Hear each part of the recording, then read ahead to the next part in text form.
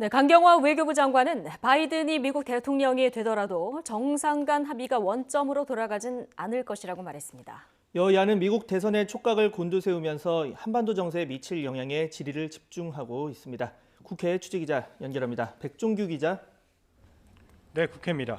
네, 오늘 국회 외교통일위원회 강경화 장관 출석했는데 미 대선 관련 발언이 나왔군요.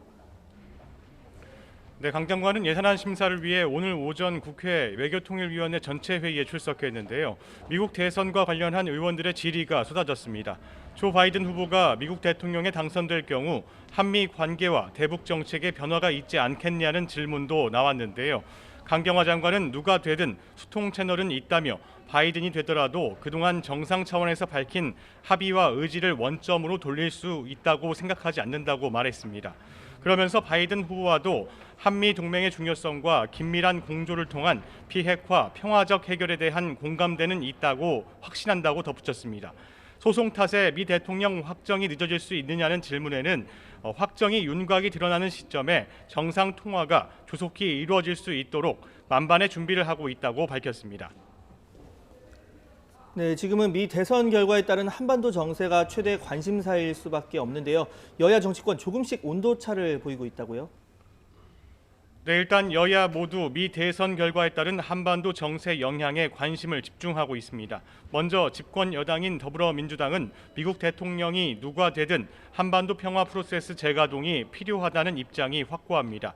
이를 위해 북미 대화와 남북 대화 재개가 필요한 만큼 대선 결과가 어느 정도 확정되면 미국 쪽에 적극적인 의회 외교를 펼칠 계획입니다. 김태년 원내대표는 오늘 아침 회의에서 최대한 빨리 미국 의회와 한반도 문제 논의하기 위해서 의원 외교를 추진하겠다고 밝혔습니다. 이러면서 판문점 선언 비준과 종전 선언 촉구 결의안의 국회 통과는 미국의 큰 메시지가 될 것이라고 말했습니다. 민주당 한반도 TF 소속 송영길, 김병기, 김한정, 윤건영 의원 등이 오는 16일부터 5일 동안 방미길에 오릅니다. 이번에 새로 선출된 상하원 의원은 물론 한반도 정세와 관련된 싱크탱크 관계자들을 만날 예정입니다. 민주당 한반도 TF 단장인 송영길 의원은 YTN과의 통화에서 TF 소속 의원들과 함께 앞으로 새롭게 구성될 미국 행정부 인사들과 한반도 평화 프로세스에 대해 논의할 예정이라고 밝혔습니다. 원래 대규모 의회 외교단을 꾸릴 예정이었지만 코로나19 위기로 인해서 인원을 대폭 축소했습니다. 방미의 목표는 새 미국 정부의 우선순위에서 한반도 평화 이슈가 뒤처지지 않도록 하는 겁니다. 한반도 비핵화를 최우선 목표로 하고 있는 국민의힘은 조 바이든 후보가 유력한 상황을 내심 반기는 분위기입니다. 바이든 후보가 당선되면 미국의 북한 비핵화 정책이 상당히 달라질 것으로 보고 있는데요.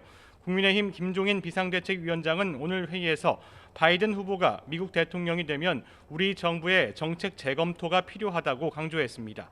그러면서도 정파적 이익이 아니라 국익 극대화에 초점을 맞춰 초당적으로 대처하겠다고 덧붙였습니다. 국민의힘 역시 당선자가 확정되면 박진 의원 등이 미국을 방문하는 방안을 검토하고 있습니다. 지금까지 국회에서 YTN 백종규입니다.